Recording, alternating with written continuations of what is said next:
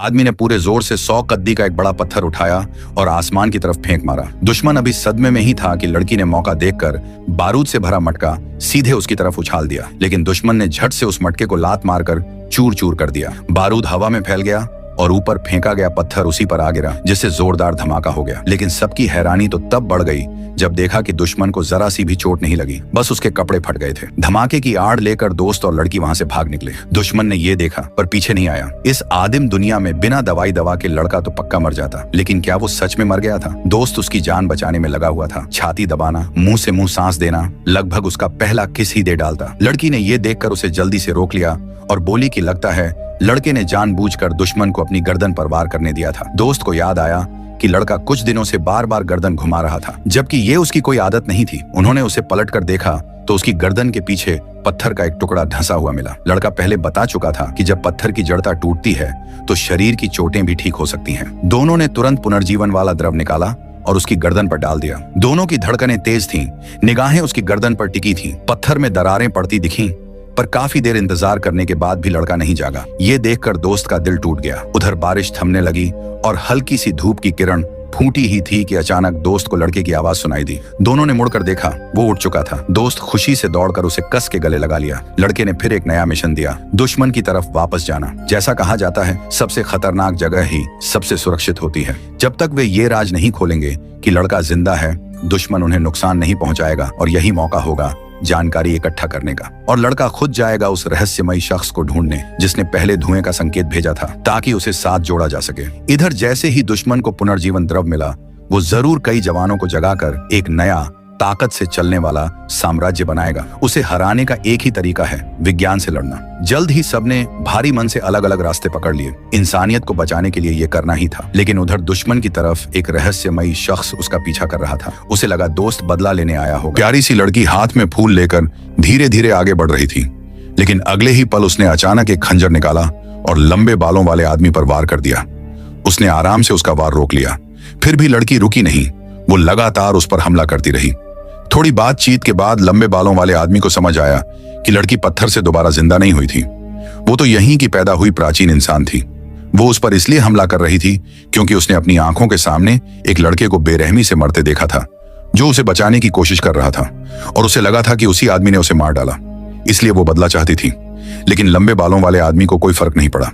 उसे तो वापस गुफा में जाकर अपना राज्य बसाना था। उसकी नजर में आधुनिक ज्ञान के बिना कोई भी प्राचीन इंसान उसे रोक नहीं सकता था। जब लड़की ने उसे फिर चैलेंज किया तो उसने एक जोरदार वार किया। एक ही चोट में उसने पास का विशाल पेड़ गिरा दिया और वो पेड़ सीधा लड़की पर आ गिरा। इतनी तेज आवाज सुनकर पास में मौजूद लड़का वहां आ गया।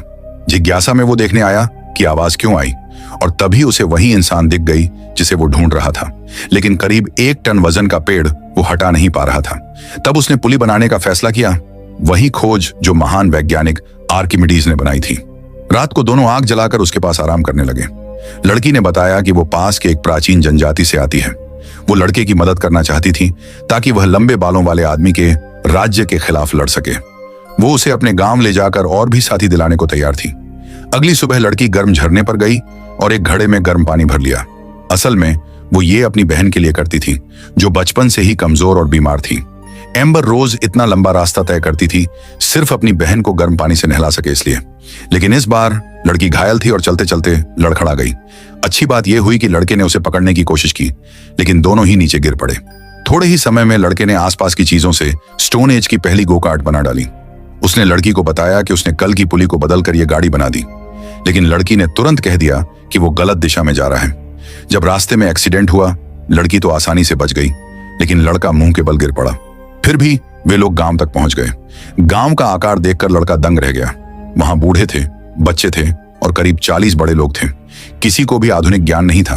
लड़के को लगा कि ये शायद उन्हीं पहले इंसानों की औलाद हैं जिन्हें पत्थर से जिंदा किया गया था। लेकिन फिर साइंस का ज्ञान आगे क्यों नहीं गया? तभी 2 जवान लड़के दौड़ते हुए आए। ये जनजाति के गार्ड थे। गांव में एक अनकही परंपरा थी, किसी भी बाहरी व्यक्ति को अंदर आने की इजाजत नहीं थी। बाहरी लोगों को वो पापी मानते थे जिन्हें कमी बन गई। कुछ समय पहले लड़के ने लड़की की बहन की खांसी ठीक करने के लिए एक एंटीबायोटिक बनाने की कोशिश की थी। यह एक ऐसी दवा थी जो ज्यादातर कीटाणुओं को मार सकती थी। इसके खोजे जाने के बाद से यह दवा करोड़ों लोगों की जान बचा चुकी थी। एंटीबायोटिक बनाने के 2 तरीके थे। पहला तरीका था जीवित जीवों से पेनिसिलिन निकालना।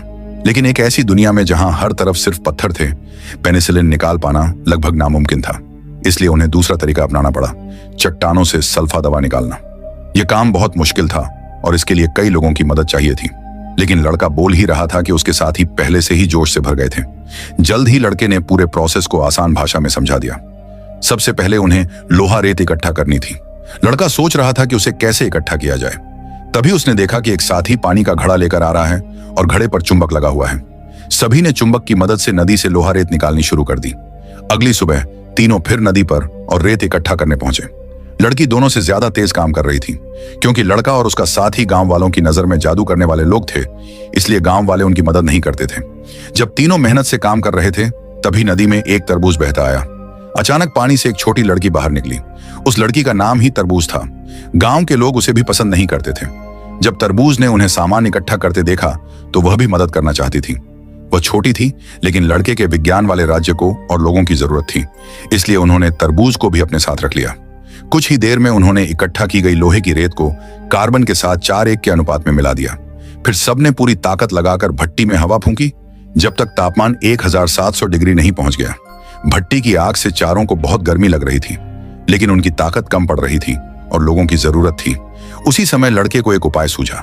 उसने फैसला किया कि वह स्वादिष्ट खाना बनाकर गांव वालों को अपनी तरफ खींचेगा और उन्हें अपने मुफ्त मजदूर बना। स्टोन एज में स्वादिष्ट रामेन ऐसे बनता था कि लोग फॉक्सटेल घास इकट्ठा करके उसके बीज निकालते, साफ पानी से धोकर उन्हें पीसकर पाउडर बनाते, उसमें एक अंडा और पौधों की राख से बना लाइम मिलाते, जिससे भीतर मौजूद पोटेशियम कार्बोनेट आटे को मुलायम कर देता, और थोड़ी पकाई के बाद रामेन तैयार हो जाता, जिसे छककर एक साथी बोला, इतना बढ़िया कि उसकी आंखों से बीन्स लेजर जैसी निकल जाए।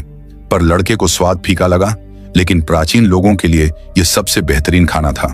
इसलिए लड़कों ने रामेन बेचना शुरू किया और व्यापार इतना चल पड़ा कि गांव के मर्द, औरत, बच्चे सब आने लगे और एक कटोरा नूडल्स एक फ्री वर्कर के बदले मिलता था। तभी एक आदमी बोला कि अगर कोई ड्रिंक भी मिल जाती तो मजा आ जाता, जिस पर लड़का चौंक गया कि प्रिमिटिव आदमी को ड्रिंक का पता कैसे, और साथियों को बुलाकर उसे घेर लिया तो पता चला कि वह 3700 साल पुराना जादूगर है। पर लड़के को परवाह नहीं थी, क्योंकि रामेन खाते ही सब उसके फ्री वर्कर बन जाते थे और जादूगर भी मेहनत में लग गया। इस दौरान लड़के ने उससे अपने दोस्त के बारे में पूछा तो जादूगर ने बताया कि वे ठीक हैं और उसे लंबे बालों वाले आदमी ने भेजा था कि लड़का जिंदा है या नहीं। लेकिन लोहा और खाना देखकर उसका मन भी लालच में पड़ गया।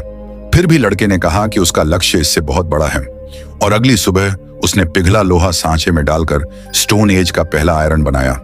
पर यह तो शुरुआत थी, क्योंकि उसका असली मकसद पावर स्टेशन बनाना था, जिस पर जादूगर हैरान रह गया और उसे एक मजबूत मैग्नेट चाहिए था। तो उसने कॉपर पिघलाकर तार बनाया और लोहे के ब्लॉक पर बांधा। लोगों को लेकर सबसे ऊंची जगह गया। लोहे के ब्लॉक को भाले में बांधकर जमीन में गाड़ा और बिजली गिरते ही वह मजबूत मैग्नेट बन गया। फिर कॉपर को पीटकर प्लेटें बनाई गईं, गोल डिस्क काटे गए और बचा कॉपर इंसुलेशन में लगा। और कई दिनों बाद स्टोन एज का पहला हैंड क्रैंक जनरेटर बन गया। शाम होते ही गार्ड ब्रदर्स ने पहिया घुमाया और जनरेटर बिजली बनाने लगा।